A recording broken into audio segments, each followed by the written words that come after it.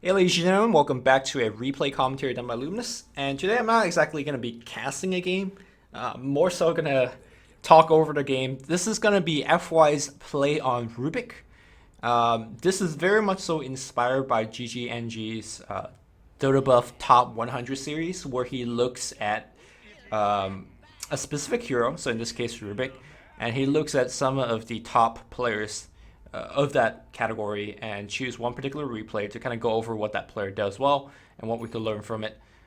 Generally, though, you don't want to choose professional players because Dota Buff player rankings generally makes professional player like buff up their stats a bit more because it takes account into their professional players, professional games as well.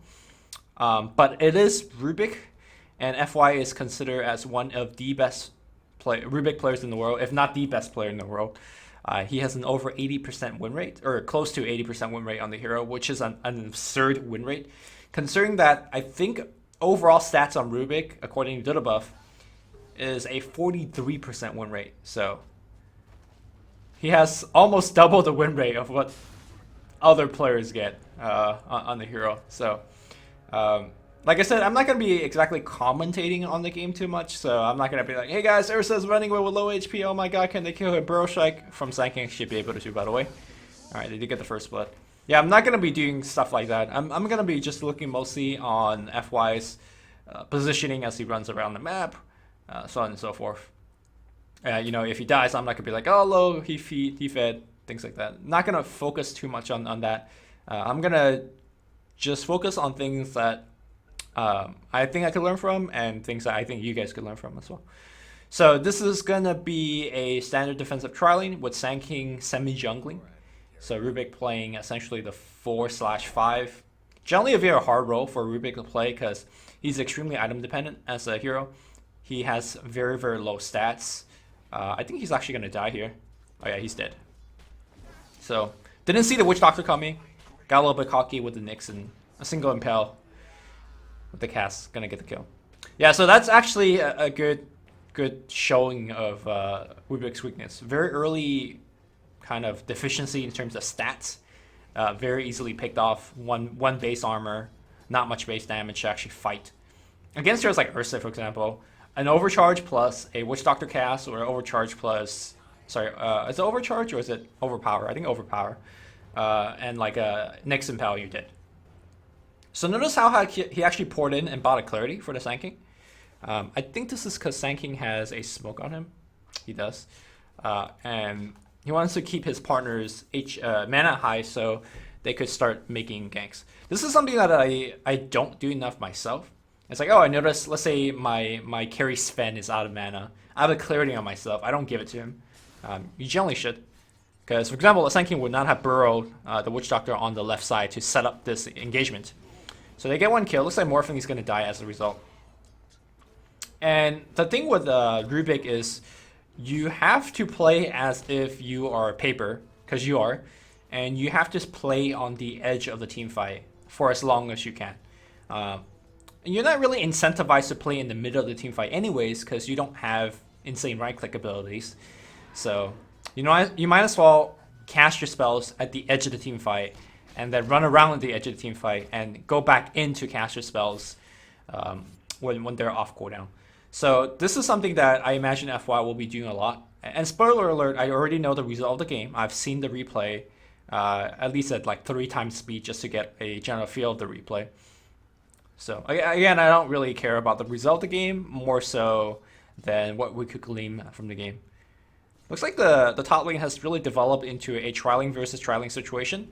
Which, even though, I mean, FY is participating in a lot of these kills, it's not terribly great for a Rubick, because the level gain is not too good for a Rubick, even if you're getting kills, because this is a tri-lane.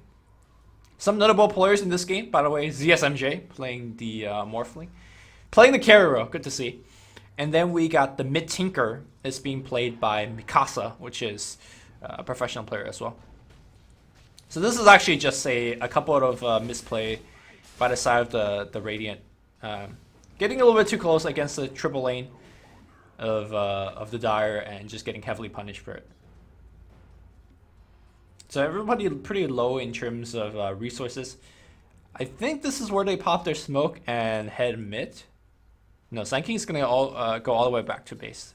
There's still that smoke on the Sand King, so I'm just gonna keep an eye out on in terms of when they're actually gonna go make that gank.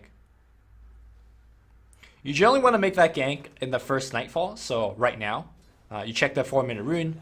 Let's say you find a haste with double damage with your smoke, and then you just go for an easy kill. Okay, he's gonna stack the camp here as well. This is generally what I don't do enough. Checking the rune at 4, which is, I do that, but having the opportunity to also stack a camp while doing it. So just being doubly efficient. Efficiency is always good. One thing to mention is that Rubick suddenly goes from a very weak laner to an insanely strong laner once he has Luna as his partner. I know Luna's not in the game, but I just kind of want to talk about it. It's interesting that he actually didn't toss back the Ursa. It didn't matter at all anyways, but... And I think this is where they do go, for the smoke. So, popping a smoke right under that sentry, which has been placed a long time. I think the mid is actually too pushed in, so that gank is going to be somewhat hard. See how they're going to actually make it work. They could drop that observer ward before that gank happens. Now it looks like, judging from the creep equilibrium of the mid, which is too pushed in, versus the creep equilibrium of the top, which is good enough for them to actually set up a gank, their Ursa is going to be fairly easy. Sun King's going to open things up. This should be a very easy kill. So, notice that he actually did not cast telekinesis there, and he could have. I think this is always good to save your skills. For example, if Witch Doctor was a little bit close enough for the telekinesis range, where he could have got off that spell, I imagine he would have done so and at least attempt another kill on the Witch Doctor.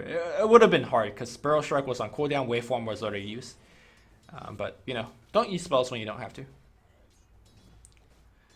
So it looks like he's going to be going for Arcane Boots. Pretty standard stuff on Rubick. I am actually going to talk about Rubick's item build somewhere down the line. Not right now, though, because the early game is generally where, supports have to do the most amount of rotations and whatnot.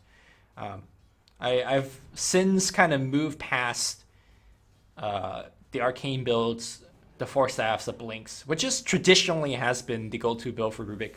I'll talk about the build that I've been using recently myself a little bit down the line, but for now we're going to be focusing on Rubick. A general guideline of how well you're doing in the early game is if you could hit level 6 before the 10-minute mark, especially without buying the Tome of Knowledge, you're having a good Rubick game. Ooh, okay. So normally, in order to get off this pull, you have to cut one of the trees to pull through. But he basically pulled the creeps as far as they could go, and then tanked the creep hit from it, which drew the aggro. I think he's actually dead here. Impale, he's dead. Remember what I said earlier?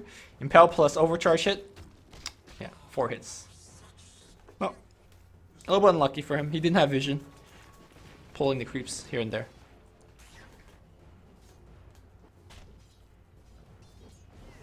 But anyways, hitting level 6 obviously is super important on Rubick. And especially if you could do it without Tome of Knowledge is great. And on that note, let's actually talk about the spells that he could be stealing this game. The best one probably, and the easiest one to steal, is Blink on Anti-Mage. Because he'll probably have it 99.9% of the time. And that's probably the best spell he could steal. Or at least the one that he could get most reliably. And then he could get Death Ward from Witch Doctor, which is a very easy steal. And also combines extremely well with the Chronosphere on his team. Also, this is a good time to talk about when you should pick Rubick. Rubick obviously has a 43% win rate in pop games. So the hero by itself is not strong enough where you can spam every single game and get away with it, unless you're super good, like FY who has an 80% win rate on the hero. It's a hero that you really have to read in the picking phase. You generally don't want to first pick Rubick. The thing about Rubick is the most important criteria you want to look at is how easily can your enemies get up to your face. It doesn't matter if you could steal Sakuchi from Weaver, which is probably one of the best steals you could get, if Weaver could get up to your face and kill you before you could steal Sakuchi's. I know that's a very exact example, but notice how he's gotten himself a free lane to farm. This is generally something that you want to do early on as a Rubick to, push yourself towards 6. And he is already laying down multiple sentries across the map because there is a Nyx on the other side of the map. And checking on Nyx's level, he's about to hit level 6. So just good preparations to litter sentries around, and he's going to try his best to get these last hits for our games.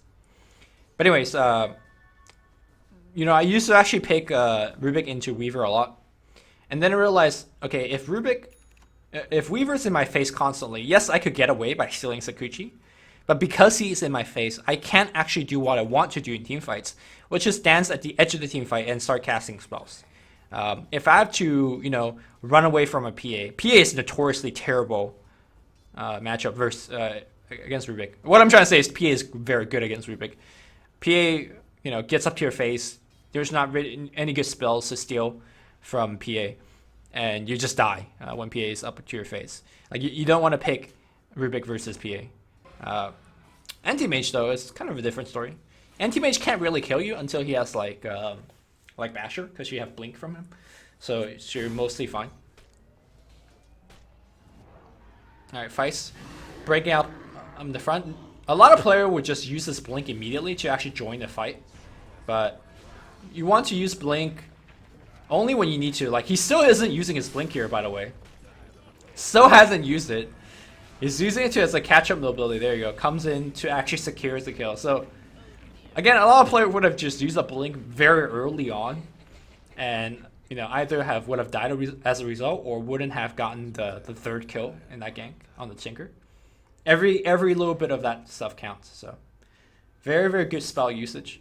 Notice how he played that team fight. He kind of danced on the edge of the team fight, dealt with the Ursa, and then dealt with the Witch Doctor. And then after his Void jump in, he'll jump in as a follow-up. Oh god, this is dangerous. Nice blink away. Ooh, on the low ground. Okay, notice what he's doing here. Do you see that cursor? That's like he's constantly putting behind him. He's spamming telekinesis behind him so that as soon as Nyx Vendetta strikes out, he'll have a telekinesis lift to break up the follow-up ability of Nyx. So that's generally a very, very strong thing to do when you have very, very quick disables. So if you're playing Shadow Shaman or Lion and you're in that situation where you're getting ganked from behind, or telekinesis in this case, which are all like fairly instantaneous cast spells. You could spam that spell, behind you, and like if this was a pro game, you'd be wondering. I was like, wow, how does he have really fast reaction rate? He does have very fast reaction rate, but he's also like quote unquote pre-casting these spells, as it were, where he's spamming telekinesis behind him, expecting a gank coming. That's some next level stuff. Again, laying sentries across the map, just in preparation of the Nyx gank coming this way. So despite playing, essentially 5 support, Sanking's been helping out a bit. Ooh, blinks forward as an initiating tool. And again, notice how he fights his team fight. He's gonna let the Sanking and the OD stand in front of things, drops the Observer Ward. I'll talk about that later. His spells are on cooldown, so he's not gonna go in for any right clicks, because his right clicks don't do any damage. Waits for his teammate to go in first. Ooh, steals Vendetta. Steals Vendetta, excuse me. And survives engagement. Unfortunately, his cores did die. Or his OD did die, but he's not level 8, so pretty good stuff. So notice how he dropped an Observe Ward in the middle of the fight. It's generally a good habit in doing so because it gives you much more vision throughout the fight. Just imagine if like Zeus ulted in the middle of the fight where you see the entire enemy team. The damage is nice too, but the vision is very appreciated, especially for a spellcaster like Rubick, where you could be backstabbed in the middle of the fight. So information is obviously always very valuable, and that's not a bad word to drop, period, in the first place. So get in the habit of doing so. Okay. Kind of a strange Observer Ward placement. I imagine they're in preparation of this backstab happening, especially in Nyx Assassin. So this drops yet another sentry.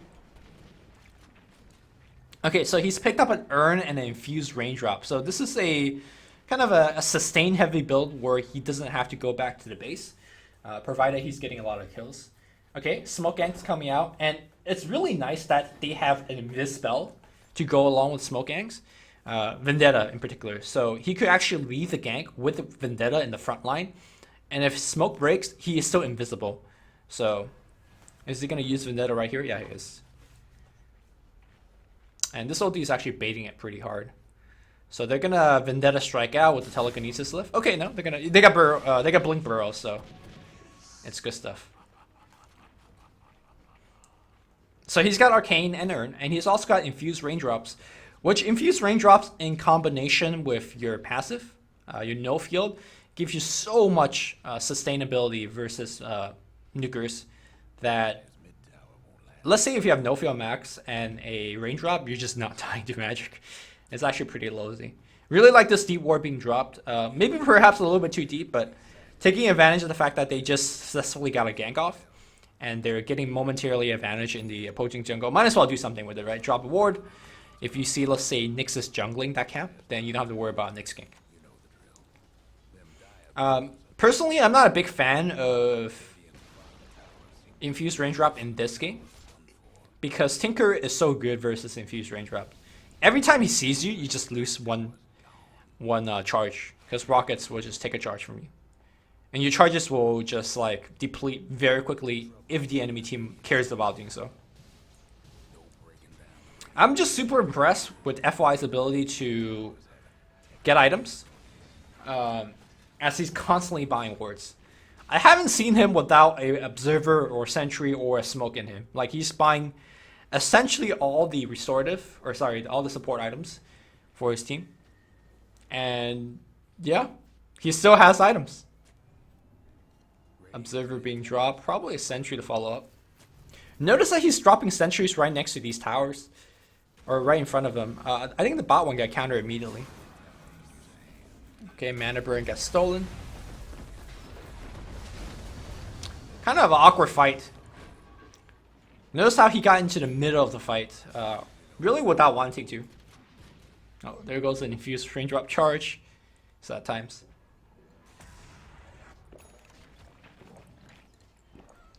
The fights where Rubick have really a lot of trouble with are fights like that where it's not very coordinated and it's dives past the tower. Because suddenly Rubick, even standing at the edge of the team fight, is still surrounded by a tower behind him.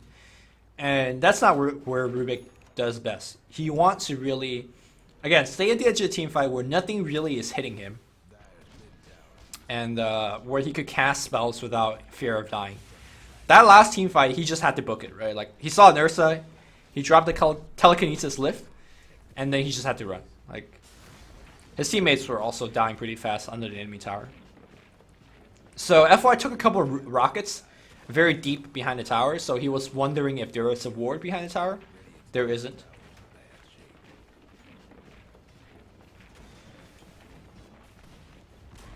Oh god. That spike made things a little bit dangerous, where if, let's say, Mikasa was there with another rocket, I think Rubick would have died. Also, I want to point out his skill build. Normally, the default skill build is max Fable by 7, obviously. 2 points into your telekinesis. And at level 8, you start maxing your no field. Looks like this game he has actually forgone to take a point of no field at all. I imagine he'll take it down the line. But it's so interesting because, excuse me, versus the rockets, at least getting a single point would be super useful. So he's gathering with his team. I imagine he's going to drop a sentry and he's going to smoke up.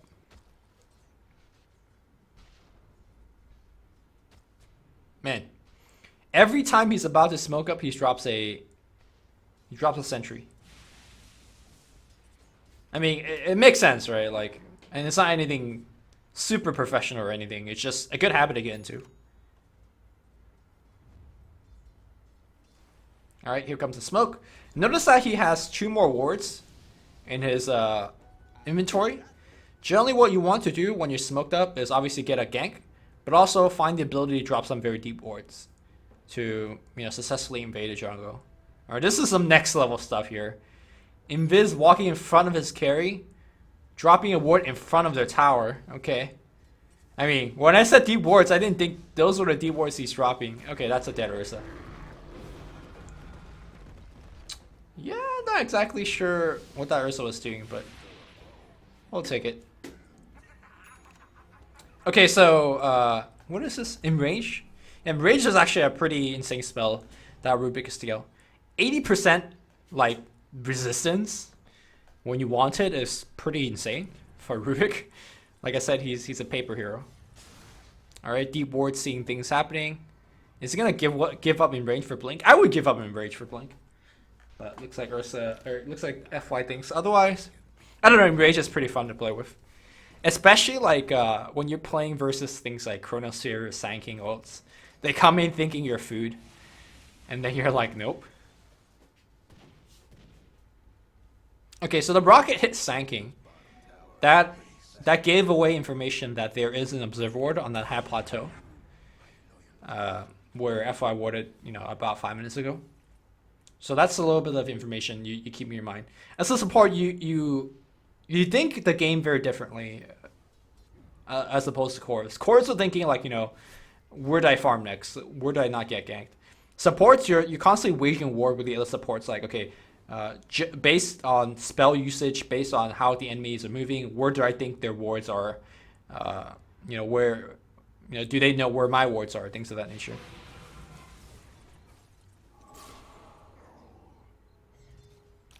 Okay. I don't know, FY. Playing a little bit cocky. Oh god. TP, TP, TP. Okay, TPs. So super scary. They're blinking right after him. Alright. Again, constant vigilance, man. Just buying sentries. I imagine if there was an invisible hero in this game, he would have already gotten his Force Staff or Blink or whatever he's going next. Looks like Force Staff is going to be the item he's going next. Makes sense against Ursa. Also very good against Nyx. When Nyx Vendetta and impales one of your teammates, you could just, Force Staff them out.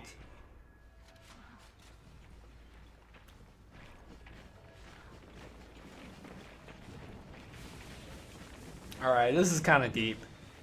Oh god.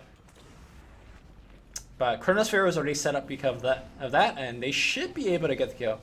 Again, notice he's dancing at the edge of the team fight. This ward, I can remember, ward vision, very important in the engagement. Still dancing at the edge of the team fight. Does have telekinesis back up now. And with the blink from Anti-Mage, we'll set up a secondary kill. I think he might die here. Okay, he blinks out again. So he actually could have stolen Death Ward and blinked out as well. I'm actually gonna rewind this play, for a second. I'm gonna watch it in half of speed. All right, so he's gonna blink in here. Oh man, when you rewind replays, you get these animation bugs. I'm gonna slow down the replay. All right, so he's gonna kill the Anti-Mage, which is fine. Alright, he's gonna get Death Warded. What he could have done is stolen the Death Ward, and when you steal a spell, there's an animation of a thing zooming towards you. Before that thing finishes zooming towards you, you could still cast a spell that you have in your inventory. So he could have stole Death Ward, and before the Death Ward got to him, he could have blinked out, and when he got here, he would have Death Ward in his quote-unquote skill set. Not exactly the biggest thing ever. And in that situation, might not have been in the right play because he was in close quarters. It is super dangerous. Having Blink is very good this game against Ursa, so on and so forth. He does have Chronosphere on his team, so getting Death Ward is super, super good if he wanted it. Ursa gets a second Rosh in the game. He's going to go behind the tower to drop Sentry, I imagine. Oh, he's actually looking for a pickoff. He's playing super aggressive. Because he feels like he can. I mean, he's got Blink. Okay. Finds himself a Witch Doctor. Is that a dead Witch Doctor? Yes, it is. I think. Teammates? Okay, teammates not following up. And this is why he could play super aggressive. And perhaps this is why he didn't steal the Death Ward. By the way, all these tricks I'm talking about, FI already knows it, right? I'm not saying he doesn't know these tricks. I'm just letting you, the viewers, know that these are the options that he could do.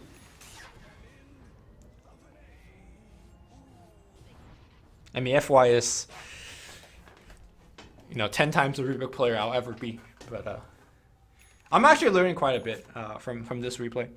And since we have kind of a calm in the game, I want to talk about the item builds I've been using recently that I've been really happy with.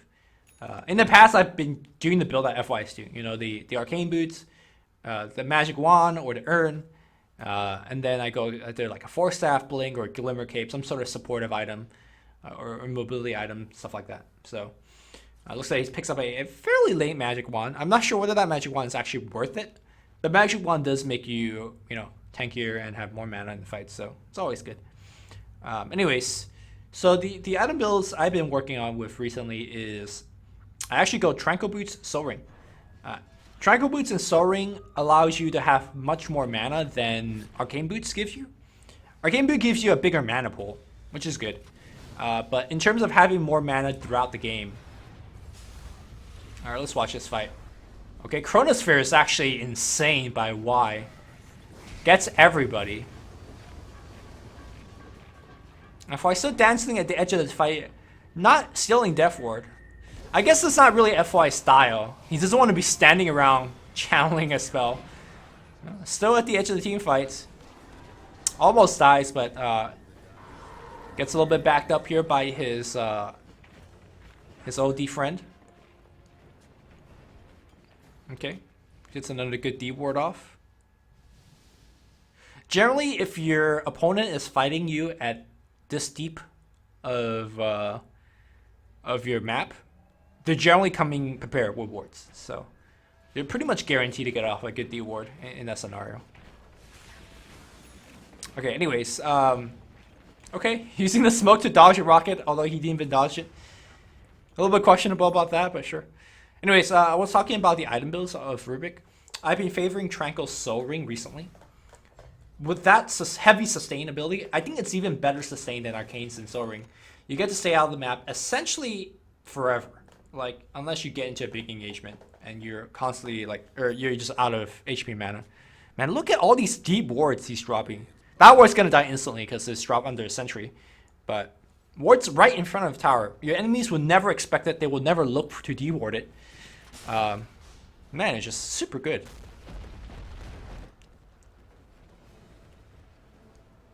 And he's using smokes to do so, so hardly gonna be detectable. But yeah, Soul Ring Tranks gives you much more sustainability than this build, and it gives you much more mana than this build as well. He lost vision as he was trying to steal Blink, I imagine.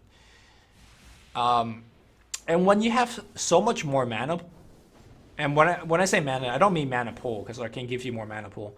Mana as in just overall mana throughout the game.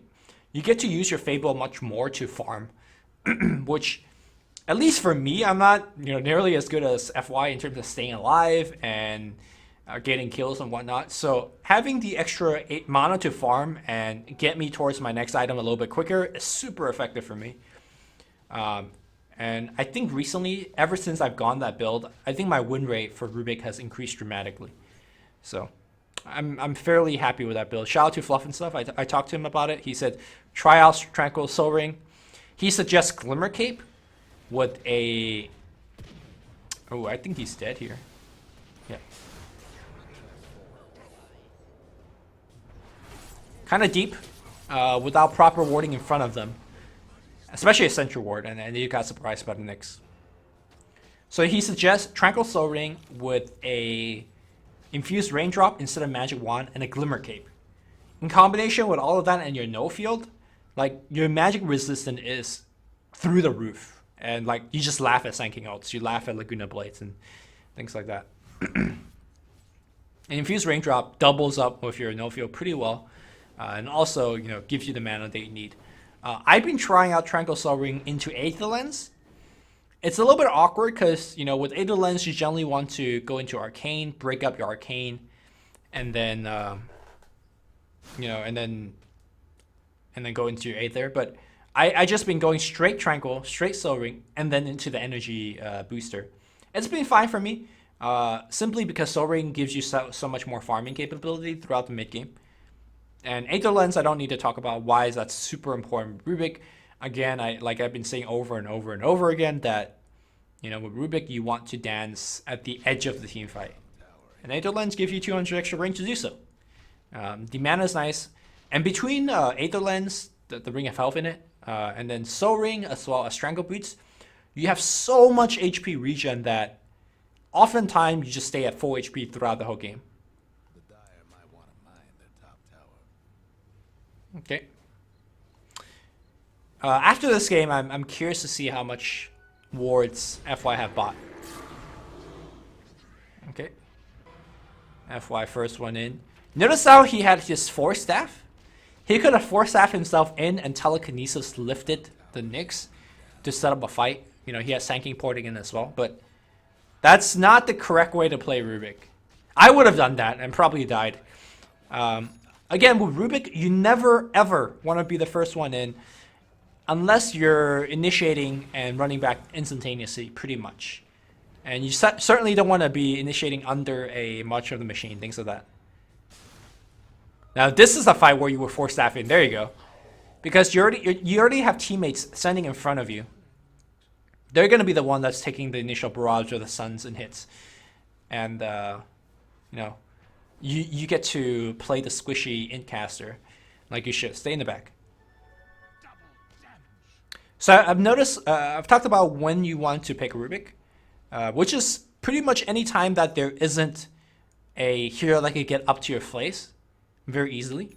So no Bristleback, no PA, even Weaver is questionable because he could get behind you without you knowing it, unless you're packing sentries every fight.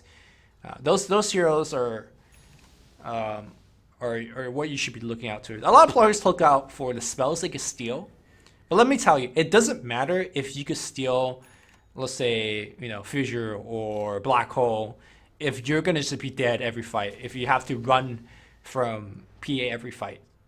I've definitely played enough PA versus Rubick that I know is a terrible matchup, so try to avoid that. But there's also very good teammates to play with Rubick. For example, Faceless Void is probably the best one to play with, one of the best one, or OD. Because these two cores command so much attention. Morphling's not bad too, because all of these cores command so much attention and stunnage from the enemy side that they're going to be focusing on them mostly. Unless you're terribly out of position, which you shouldn't be. And these heroes allow you to play in essentially a very safe spot most of the time. It seems like ooh, quick reaction by FY. Still blinks into a stun, but that Void, man, look at that setup. Okay, looks like OD's gonna die as a result. No, he's gonna be fine. Yeah, he's still going to be fine. Fight's going pretty well now. He blinks forward to look for Straggler. These are some of the few scenarios that you want to blink forward as a Rubick. When the fight's already won, you want to blink forward to give your team vision, set up kills, things like that. FY is still hunting for wards. He was expecting wards to be placed as, again, a fight happening on their side of the map. There you go. He finds another one. FY super on top of it, buying wards. Never seen him without wards and smoke. I think this is like the first time I've seen him after he used it. Oh, he's blinking very aggressively. Okay, finds Nyx. I think he wanted to dodge an Impale or something like that, but no Impale was cast. I think it's definitely much so in FY's playstyle. Oh god.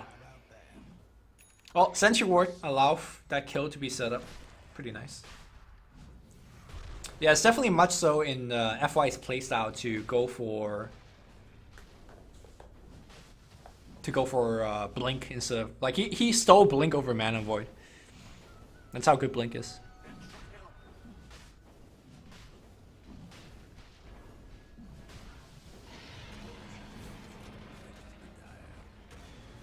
Okay. Witch Doctor hanging around. Ooh. FY dancing around, juking. He's gonna be fine. He's got 4 staff in a couple seconds. Staying in the trees. Letting his teammate could kind of take the full Brunto assault of the team fight. He's being focused again. He's gonna probably blink away. Yep. It's gonna be fine. And notice how he's just kiting, baiting this Ursa anti-mage around, and allowing his teammates to finish the team fight. Yeah, sure, he dies as a result, but it doesn't matter. Like the team fight is won for his team. And I think it's really a mistake by the Ursa to be trying to go so hard on Rubick, especially when he does have access to blink.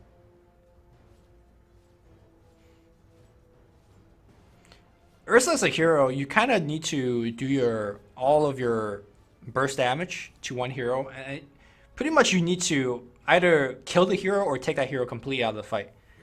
And unable to do so is really wasting a lot of your hero's potential. So, also, FY noticed that there was a Glimmer Cape on Witch Doctor in that game, or in that fight, excuse me. Actually, not a finished Glimmer Cape, but the part of the Glimmer Cape. Man, I'm forgetting my items names. Shadow Amulet, there you go. So, more reason to be packing sentries in the upcoming fights. Alright, so I've been talking a lot about skill builds and whatnot on item builds. I'm going to refrain from doing that now because, I mean, what's after this is pretty self-explanatory. He is going to be going for Item Scepter, great stats, 2 seconds spell steal. You become a wizard, you're good. He is having trouble keeping up Observer and Sentry though, because he's running out of slots.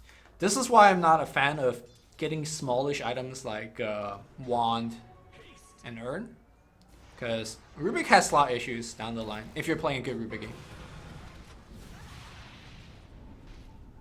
Okay, he stole Rearm. He had to cancel the Rearm. Rearm probably not the best spells to steal from oh, Tinker buys back for this. Okay. Some questionable stuff. Also, this is pretty questionable farming by Rubick. I mean, he does have 4 staff and Spike. Oh, Mikasa, you saw that Spike, dude. But yeah, like, if Ursa came onto him, he was pretty dead. Ursa would have blinked, stomped. Yeah, maybe 4 staff and Spike would have saved him. I'm not gonna question FY. Even though I just did.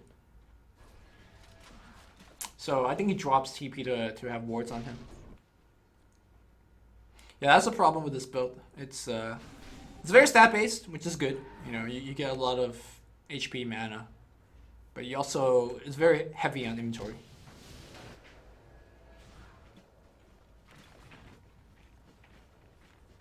I think what FI is doing right now, he's looking for the anti-mage. He wants to get Blink back.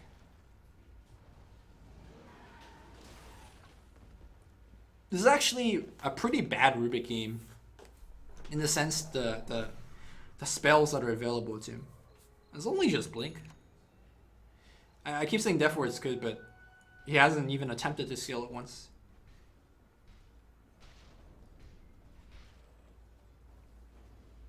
So, for a moment, I want you guys to kind of imagine if we weren't watching like this game from Rubick's perspective, right? If we're just like watching this game as a whole, or maybe watching it from ZSMJ's perspective, you wouldn't see a lot of these amazing things that he's doing. A lot of it is actually like warding, which, you know, any support hero could have done.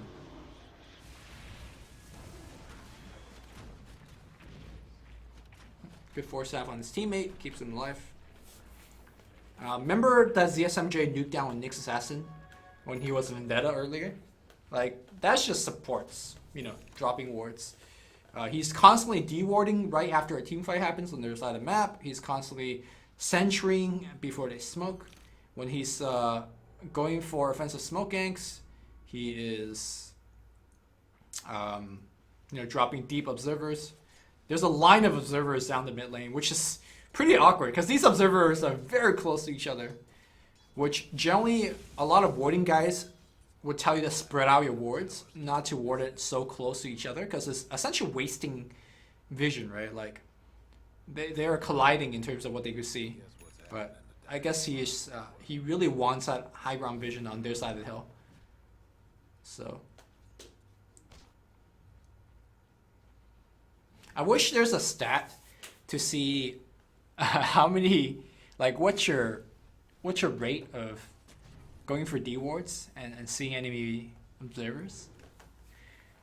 I don't know. It's gonna be pretty hard to track, right? Because you could drop sentries for, in an actual fight for invis heroes, and you could also drop sentries for D warding. So it's gonna be hard to track which one's which. But I imagine FY is pretty high on the D warding stats if there is one.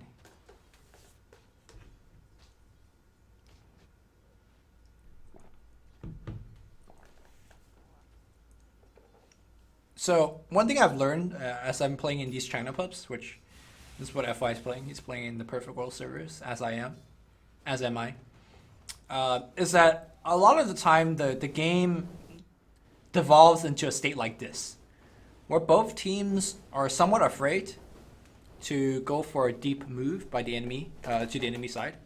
The Radiant's afraid to do this because they're losing. The Dire, it's not exactly afraid, but they don't need to take that risk. Oh, I really like this sword.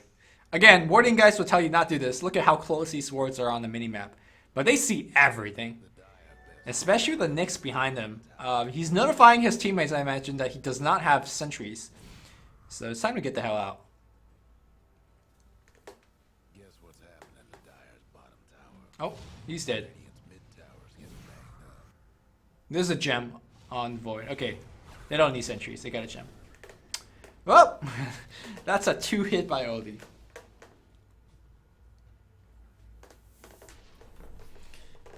The Dyers, I mean, they're trying to, I imagine, play for the next Roche.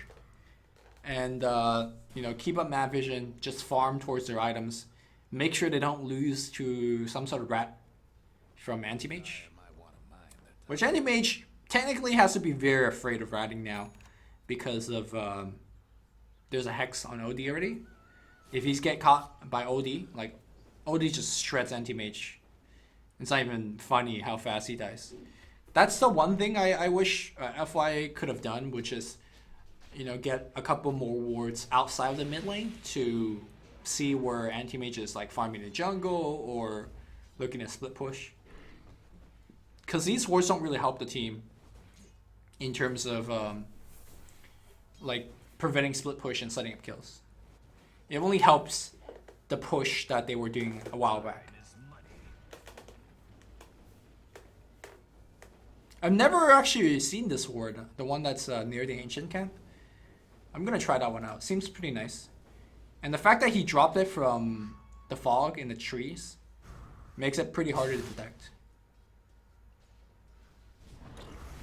Okay, fight's happening. He's gonna just run there, but looks like the team is having a good grip of this game. I think this game is pretty much won by the Radiant already. Or sorry, by the Dire.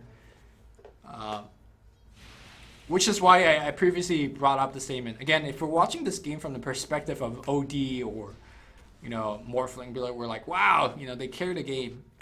And I'm not going to take that away from them. They definitely did carry the game. But having watched the game from FY's perspective, we've also seen, how big his impact is. And again, this is not a game where, it's an amazing Rubick game in terms of the spells that you're able to sell. He's not getting Fissure, Sakuchi, Queen of Pain Blink into Big AOE, Black Hole, and Global Silence, and all this stuff. He's not. He's just doing all the little things correct. And I'm so glad that this game was like this instead of him having access to all these spells. Because right now he's just showing what this hero could do even when it's not a good Rubick game. Looks like Aghanims is finished. You could make the argument that this is not even that good of an Aghanims game. Like, he's not even getting much from Aghanims. It makes enrage castable when he's stunned. That's super good. It makes Death Ward OP, but you know, throughout the game, it's not like he needed these abilities to survive. He's fine. I think just having the raw stats from Aghanims and the 2-second spell seal cooldown was pretty much good enough for him.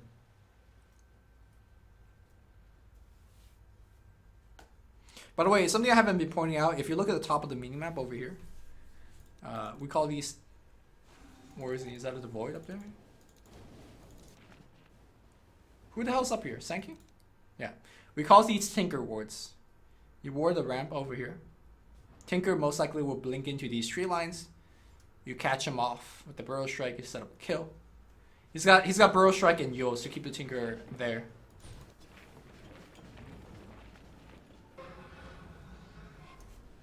Anyways, we're gonna watch this final push from happening. And we're gonna see how alright, this final push will not be happening, as Morphling had to go back to defending versus Anti-Mage.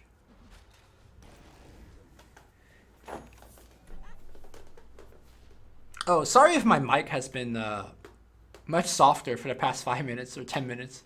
I've been leaning back in my chair. Been pretty far away from the mic. Alright, this is pretty cocky stuff by FY. He doesn't have Sentry down. Oh, sorry, Nyx is dead, so it doesn't matter. He doesn't have Blink either, though. Man, these wards setting up kills. Okay, it's not straight up rushing to the fights. Just want to stay at the edge. Stay on the outside. Okay, finds himself a straggling Witch Doctor. Nobody's coming to him, so...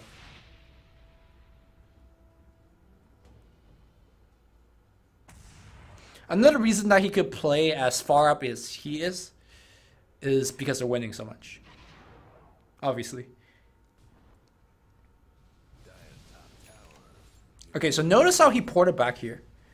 And he didn't push himself out to actually meet the wave. He wants to trick the anti-mage, thinking that there's no one here.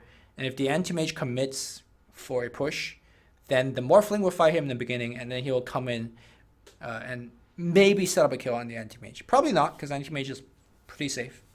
And that's generally a good habit to get into, where if the wave comes to your tower, don't defend it, don't show your stuff. You know, let your courts do it. This is also especially true when your outer towers are still alive. Let's say somebody's pushing your tier 1, or somebody's pushing your tier 2. Your carry will TP into the front tower.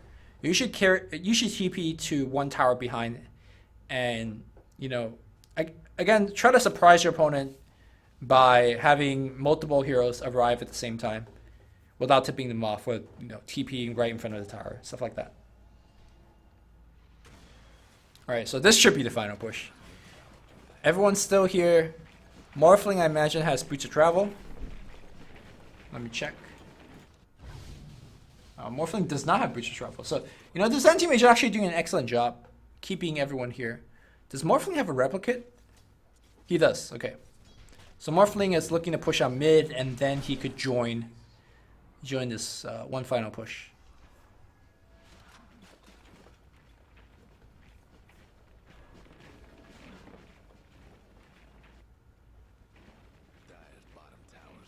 Anti-mage still being super annoying with the split push. That's why this game has been going on for such a long time. We could take a peek at the goal lead. Yeah, the Dire is just wrecking. Although Radiant's making a small comeback, but...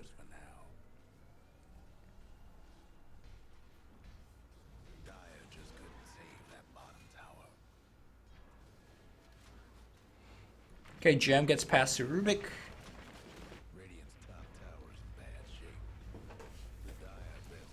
I think Dire's looking to get a Chrono off, pretty much on Tinker.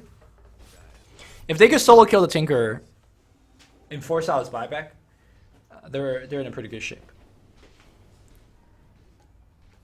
Notice how Rubick is not playing the initiation role in this game at all, because his teammates are just better off doing that. They got the Sand King, they got Void, they got even Morphling, could pseudo-initiate a fight by shotgunning somebody down. So there's really no need for FY. He's gonna, again, stay to the edge of the team fight. There are games where the Rubick is really forced to initiate with a Blink Dagger, but that's where draft, like, that's where you realize you have a bad draft. When Rubick is forced to initiate.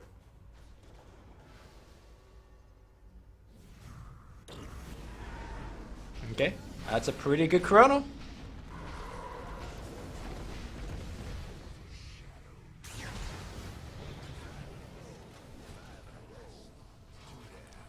The later the game goes, the less you have to do as a Rubick, especially when your team is winning. There's just no need to really work too hard, because your teammate has, you know, an absurd amount of damage. I think FY did pretty much nothing in that fight. I think he cast like 2-3 spells.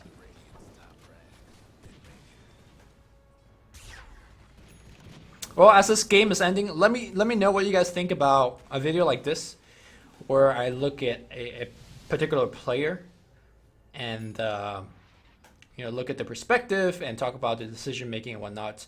I don't think I did a particular excellent job covering this particular replay.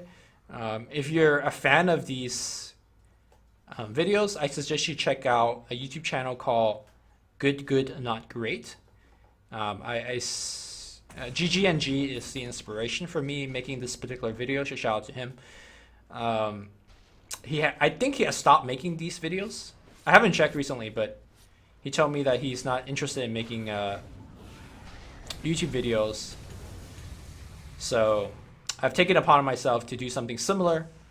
I really enjoy his work, so I'm hoping to get good at making these particular videos myself. Okay, chasing after anti-mage. Probably not a good sign. Everyone's missing off the map. They found him. Oh god, they found you. Okay. Alright, ZSMJ cleanup maybe? This is some pretty clowny throw. OD buys back to this. Oh god. Oh, that chrono though. You see how perfect it was? It didn't even get the Sand King. Like, he was at just the edge. Alright. Everybody in the mom buys back. Rubick joins the fight.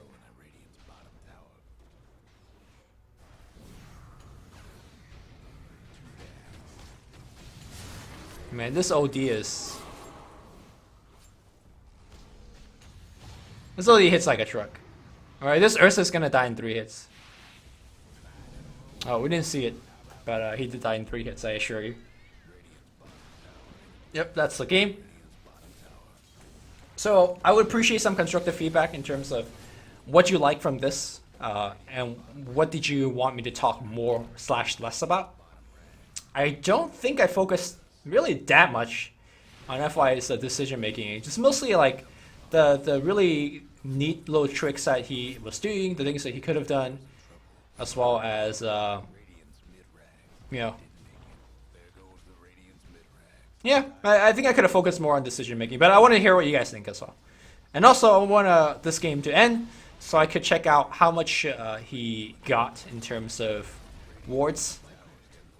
Because the new endgame stream, the new stat screens is actually pretty cool.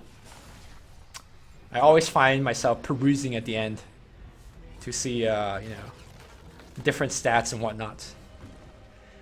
So yay, dire victory. Let's go check out the statistics. FY and Rubick.